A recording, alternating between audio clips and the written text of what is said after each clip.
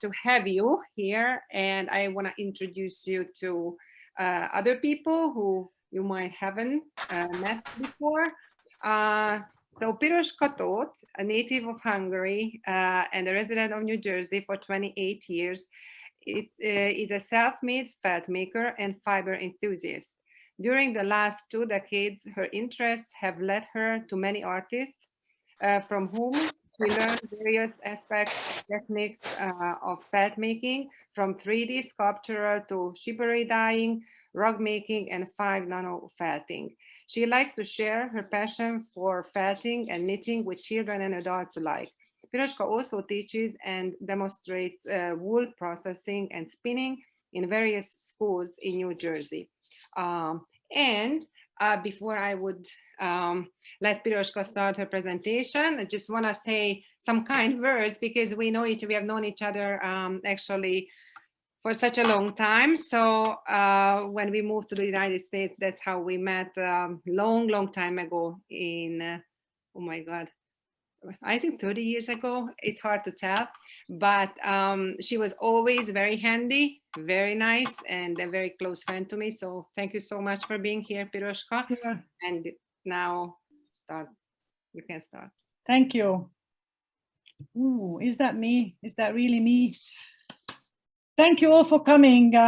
I never ever talked about felting to so many people, even though I don't see you all, but I see the number presented, being present. So I'm really just a fiber enthusiast. I'm not a professional historian or textile expert. I just love wool, and I'm very passionate about all areas of wool processing and wool, working with wool. I really got interested in wool when I learned to knit when I was young, but I got really interested in wool in general when I learned about felt making. And it's been a while, maybe 20 odd years ago. I think I was a mother of 2 already when I put my hands on felt the first time and made my first felt piece. And I just like to make things. So I taught myself how to spin yarn, how to dye wool, how to dye yarn, a little bit of weaving, and in general, just being able to control all aspects of wool processing and wool and working with wool. Let me share my screen and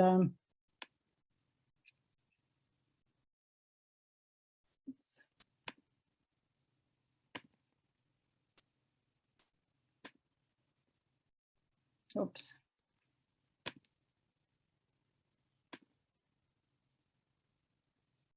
All right, oopsie. Here we go. So this is a rug I made a while ago. I like to make a lot of things with felt, but before we actually talk about traditional felt making, I would like to take a little detour.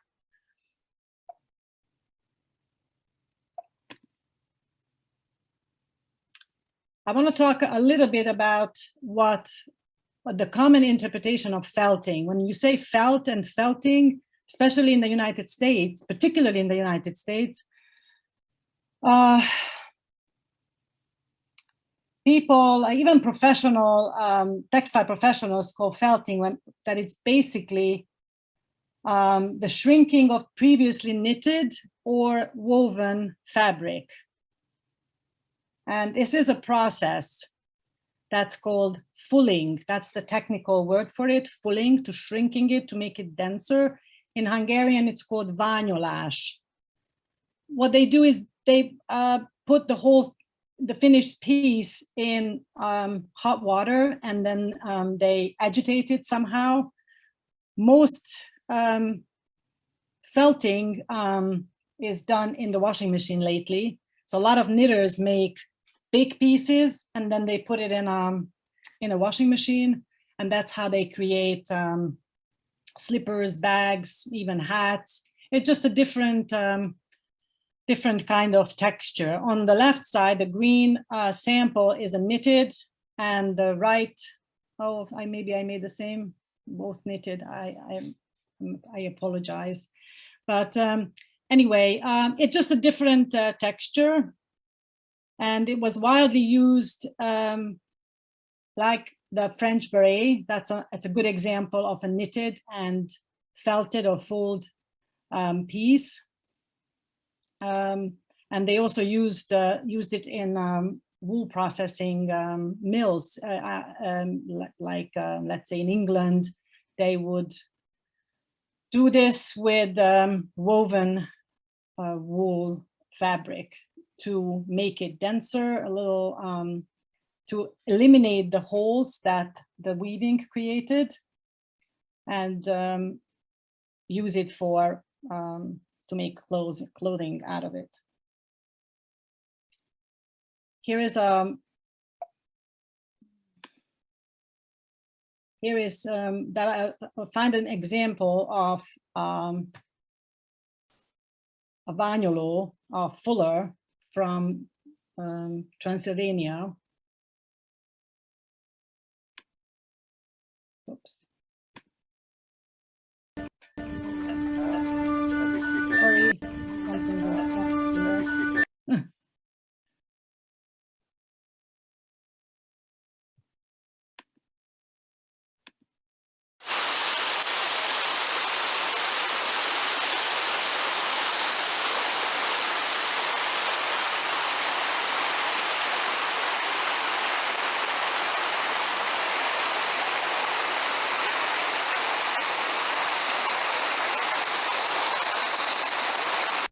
As you can see, it's basically, they use the little stream and the force of the stream, and they created this wooden bathtub of some sort with openings so the water can go through, and they probably put the fabric in the middle.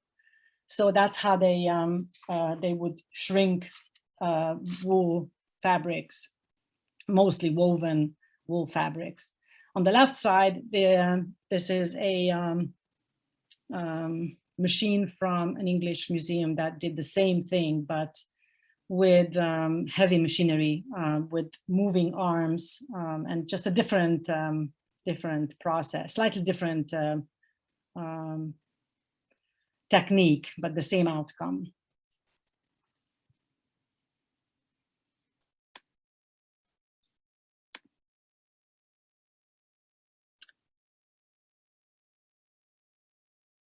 So what is felting? It's very easy to explain and very easy to do. Basically, tangled and shrunken wool. The wool fibers, when you look at a fiber on the microscope, the wool fibers have little hooks, and those hooks tangle up as an effect of heat and agitation. And the second stage is the fulling that we were talking about, is when you shrink the whole thing, and more agitation and more heat. And it is an irreversible process. Once you felt something and you felt it all the way, and you shrink it all the way, you full it all the way, it cannot be undone. As opposed to knitting or weaving, you can undo knitting and weaving, but you cannot do it with felting. I wish I could demonstrate you the whole process in real time, but I can't really do it. I'll show you a short video, a part of a video done by Judith Poch, who is a very accomplished felt maker in Hungary. Her video about this topic called On Gentle Threads in English. And here is the part about wool processing and how to prepare wool for felting, basically.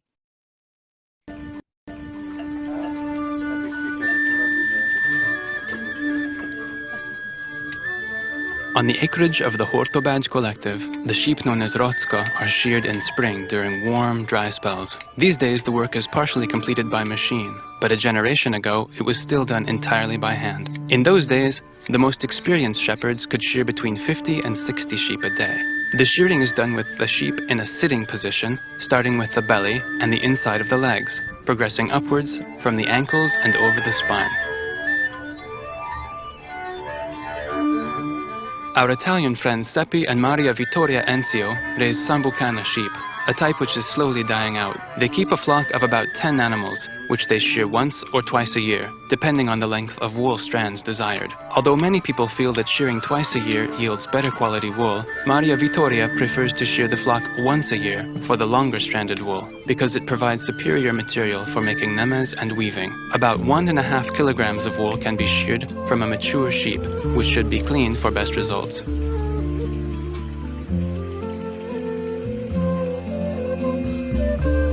Wool is washed to remove foreign matter, grease, and the animal's smell. The wool fat, called lanolin, is important to the wool's flexibility and resiliency and shouldn't be washed out completely.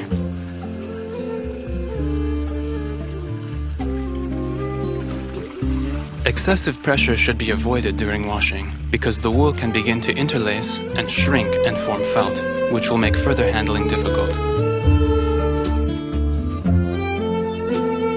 Before we can make anything out of the tangled wool, it must first be loosened and carded.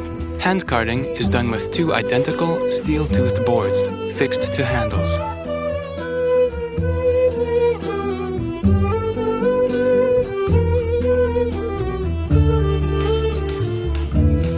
Gyula Mihalko is perhaps the last person in Hungary who uses a traditional but very unusual method of preparing wool for his felt hats.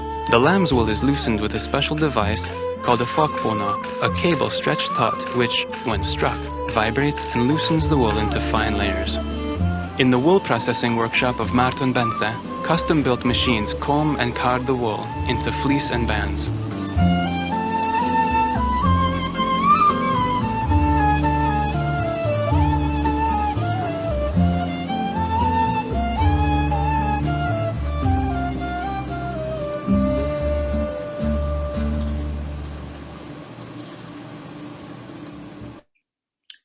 So here we have the wool already processed, washed, and carded. And this particular one went through a machine that does narrow strips, basically. It's also easier to use for spinners if they want to use, we use spinning. For spinning and felting, you use basically the same material, in the same shape. Although for felting, you can actually use wool just off the sheep. You don't even have to process it. You can just untangle it a little bit, loosen it up, and you can do the felting with it, depending on what you want to do with it. So for the sake of the presentation, I want to show you how felting is done. It's like, it will take me about 2-3 minutes to do a small sample for you. But before I do that, I just want to show you, just by rubbing the piece with my hand without any water or anything, just the agitation and a little bit of the heat of my hand, the agitation, and probably a little sweat on my hands as well, will show a great progress in felting. As you can see, already started to stick together. This is still very soft.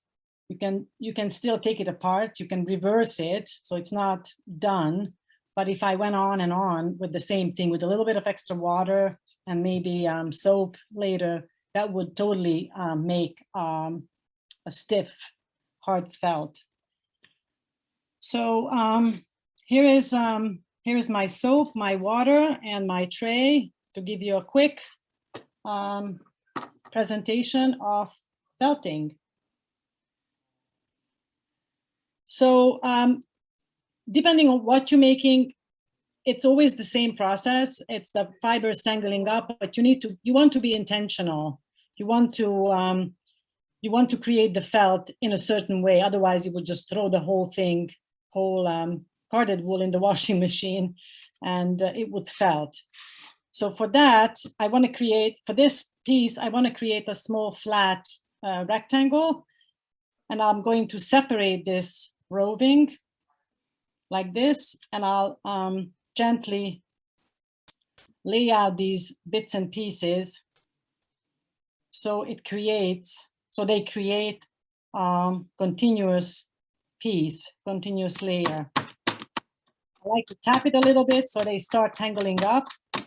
They start sticking to themselves, to each other. And the next layer, so I can keep track of how thick a layer I'm making, I'm doing it perpendicular this way. And tapping, again, tapping to create the connection.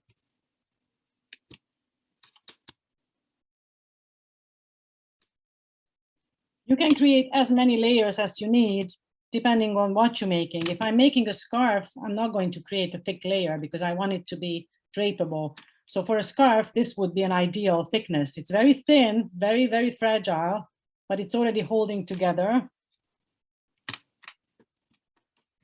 And the next,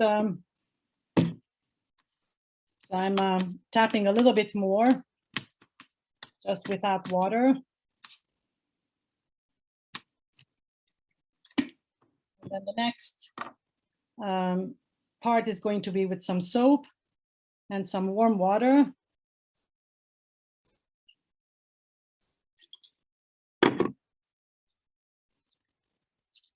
The soap has many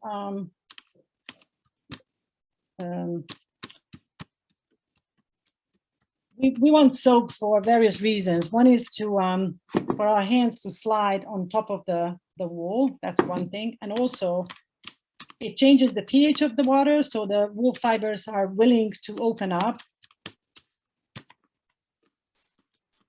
In the past, people would use ash from the fireplace and you know, stuff like that to soften the water. But modern times we use soap. A little extra water, and it's a very gentle rubbing at the beginning. I'm trying not to disrupt the network that I created, so I'm very gently tapping on it. When I teach first-time felters, I ask them to just tap on the soapy water, on the soapy wool, just on the surface, in order to let those fibers tangle up. As you can see, it's already, I don't know if you can see it, I can see it, but it's holding together. It's, again, it's like a cobweb. I could really tear it apart at this point. But as an experienced felter, I can feel that it's already holding together. At this point, I'm going to start rubbing it a little bit more vigorously to start shrinking it and start making it into actual felt that will hold.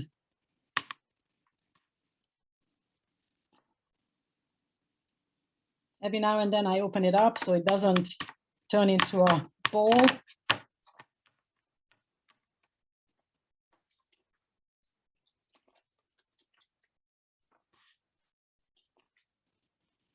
It is shrinking. I don't know how easy to see this.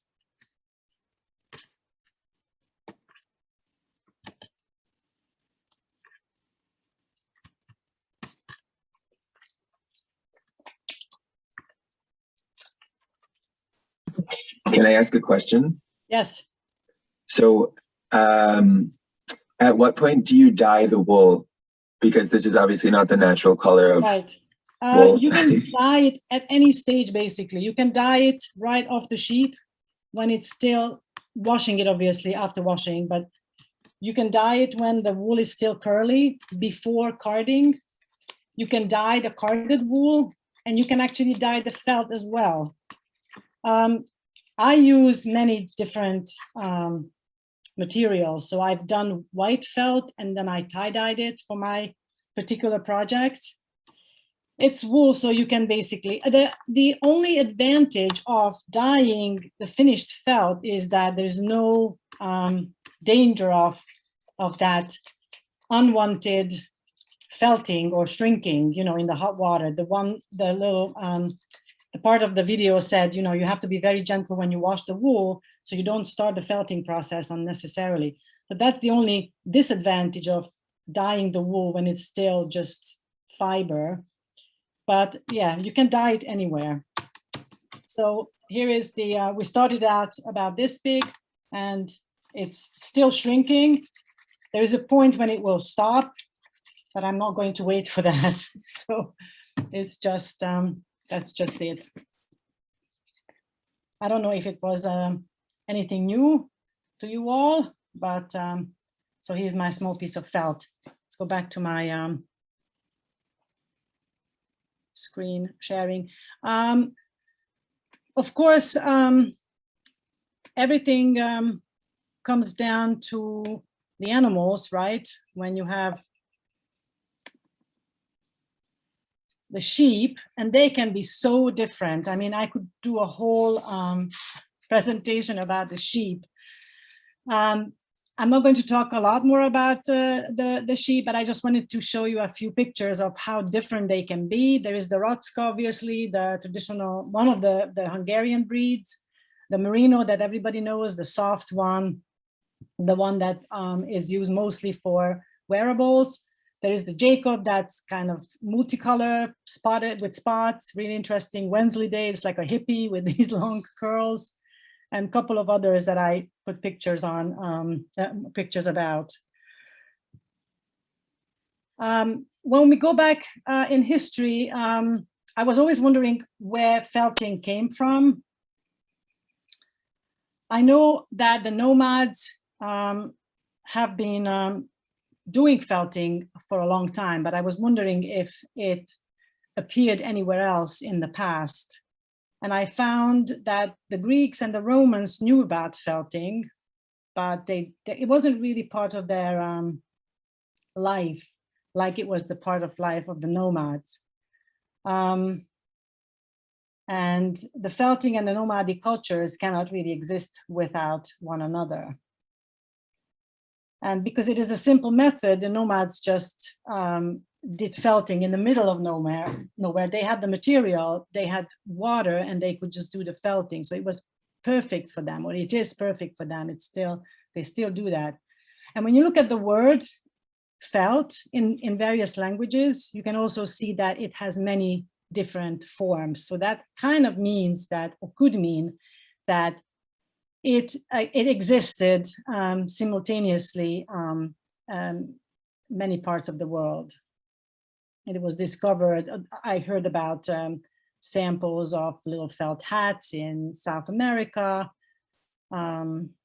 Naturally, as I said, the Greeks, and this is actually in Pompeii, an actual workshop. I found this picture, wall painting of felt makers workshop in Pompeii.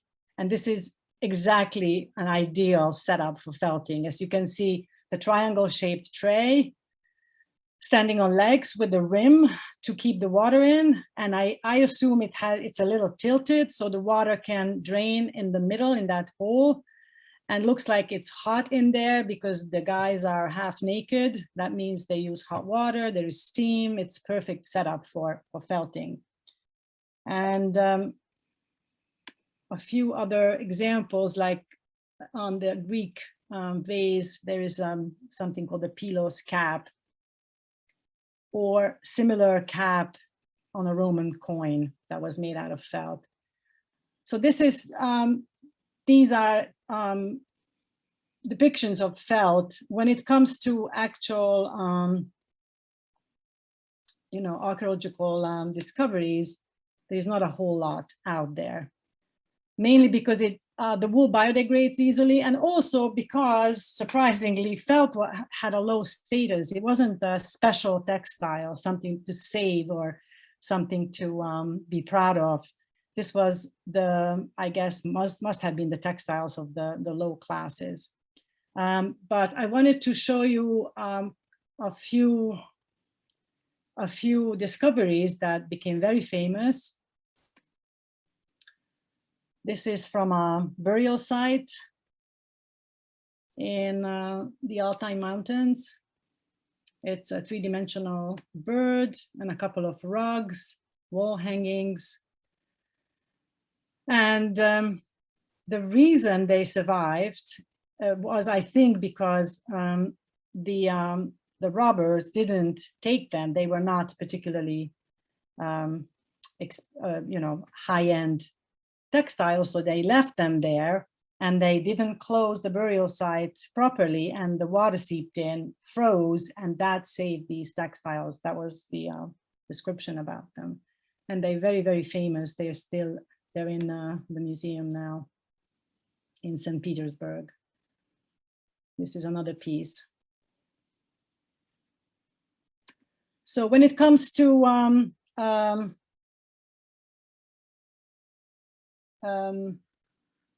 contemporary felting, the hats kind of survived the most, and felt is a really great material for headgear. It gives you a lot of flexibility, and is definitely very dense and stable as a material to create all these shapes. And these are a couple of paintings that are most likely felt hats. And you probably know these guys. And I definitely wanted to put this in about felt hats in Hungary. In the short video that I played previously, there was Mihalko, who was a famous hat maker, and he made his hats. He turned his hats into different shapes, and he was one of the last felt makers out there in Hungary. So as you can see, the different shapes would indicate different jobs, one for the cowboys, the shepherds, the swineherd.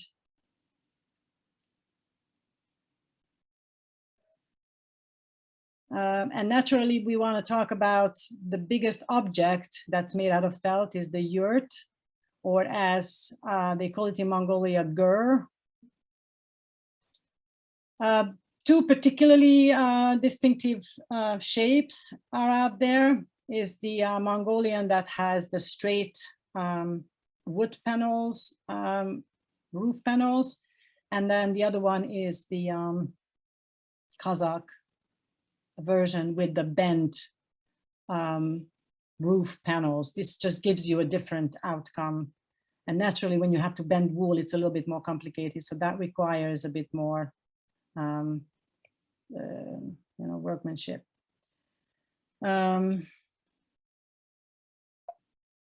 And this is how it looks on the inside. So they don't have a lot of stuff in the yurt, in the gur. They need to get going easily, and then they can take it, they can put it up and take it down fast enough.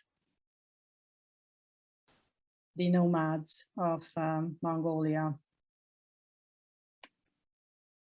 And these are a couple of a few of my pieces, and I wanted to just quickly explain what you can do with felting.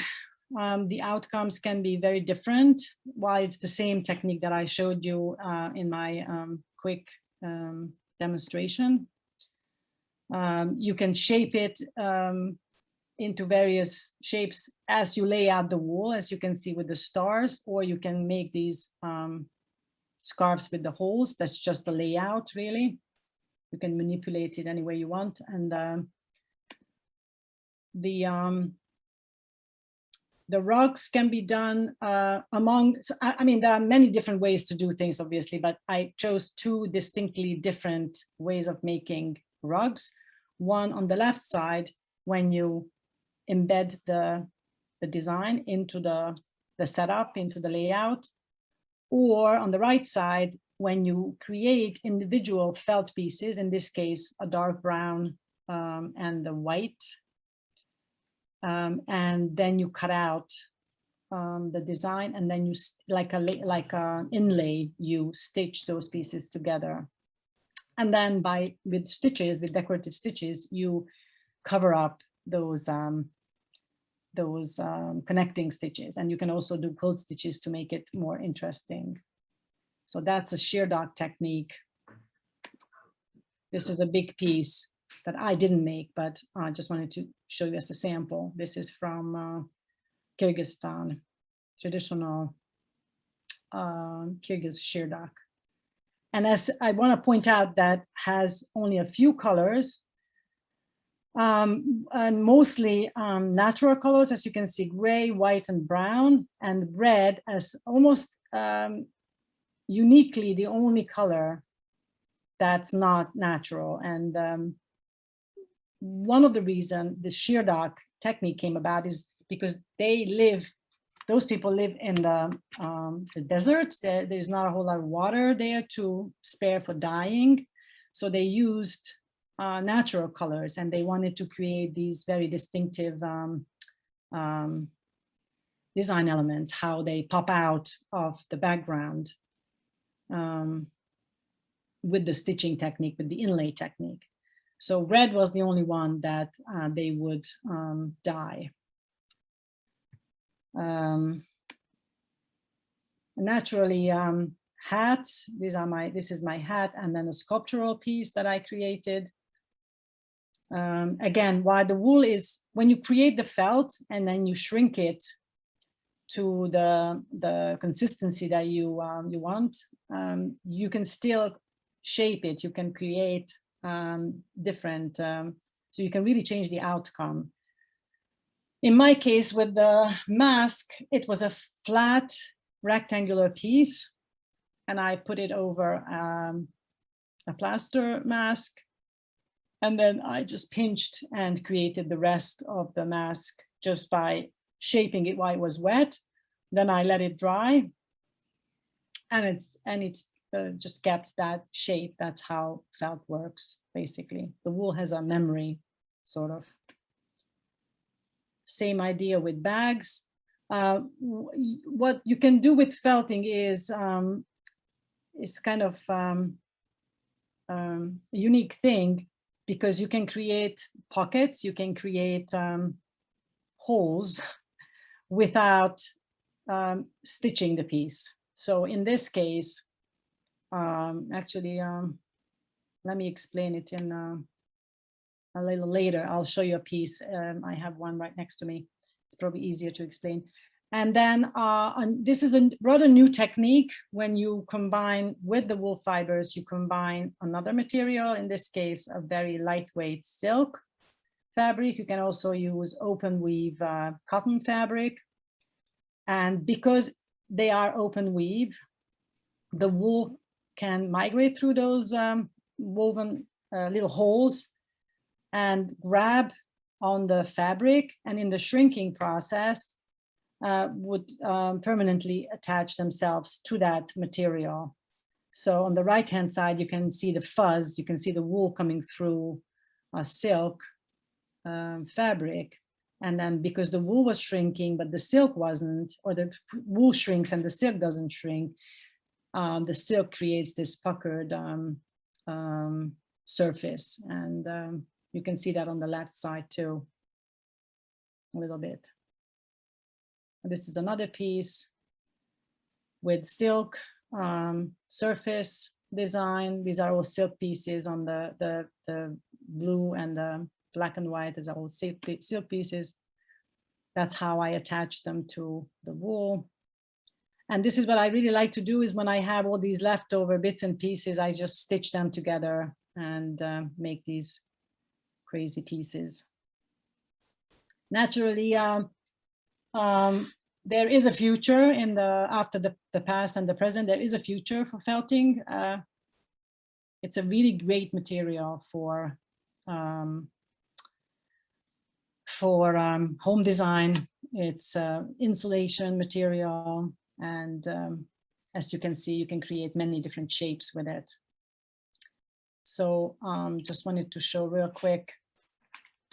This is my computer bag. Oops, it's not easy to see. So this is all one piece. And then this hole was created by putting a piece of plastic in the layout process. So first I laid out the back side, then I put a piece of plastic in there, then this side, and I tucked in the plastic all around. And then I felted it the same way as I felted this little piece. And then after the shrinking, I had the bag with a hole so I could put my computer in.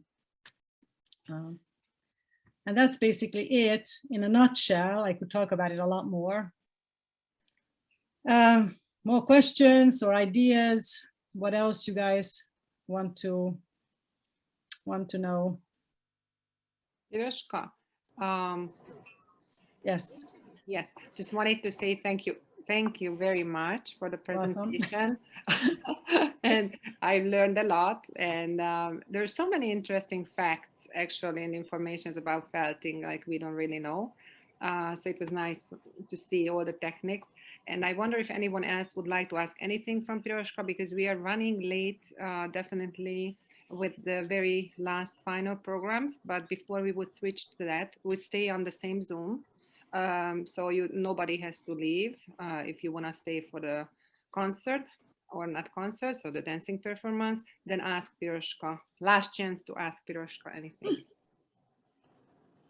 I just wanted to say that's so wonderful. I can't wait to, because we are recording these.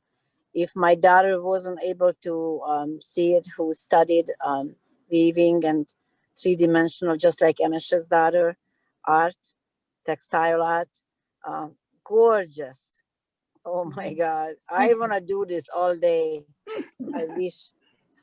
Yeah. I wish I can.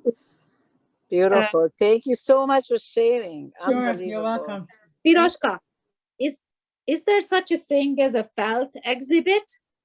Can you do because that piece that you said you made out of leftovers with the architectural piece with the house, that looked like a piece for an exhibit. Is there such a thing? Not at the moment, obviously, but with the lockdown, I guess I just keep working, and eventually, maybe one day, yeah. Let us know. Thank you, sure. Yeah, please. Thank you. Beautiful, very, very interesting. I have a question. I'm curious when you were first introduced to felting and what inspired you to continue with it for as long as you have. Well, the reason I really liked felting at the very beginning, because the person I approached had this little pouch, and I said, I'm staying at this event for 3 days, and if you can show me, if you think I have enough time to start and finish this little pouch. And she said, 3 days, what are you talking about? We can finish it in 3 hours from start to finish. And I instantly liked felting. And then, of course, when you put your hands into it, you know it, Doi, that it just gives, there are so many other little windows opening, and there are so many different things that you can make out of it. And that's one of the reasons I started to learn about dyeing and spinning too, just so I can have the whole picture, and I can incorporate it into my work. And there's a never-ending inspiration with felting. That's what I find. There's always something new. If you go back in history, or if you look forward with the modern felt makers all over the world, it's amazing what they can do. It's just amazing. It's mind-boggling. Yeah, definitely. Well, thank you so much for your Sure. presentation. This By was just the way, in a nutshell. so amazing to see you and to hear you talk about your work. Thank Good to you. see you guys. Good to What see you. country visited you, Piroska? What country did you visit? What countries? I didn't visit that many countries. I just go wherever I go. I try to find felting exhibitions. Like I was in England 2 years ago, and I went into a wool mill that was a museum. But of course, there's nothing about felting there, because they only did hats, but it's just the wool. One day I would like to go to Kyrgyzstan or Mongolia. Okay. Maybe, who knows? I hope I'm not that old yet. So I bet. Yeah. Good luck to you. Yeah. Thank you. Thank you. Köszi, Emese. Mi köszönjük, thank you, köszönjük szépen. Sziasztok.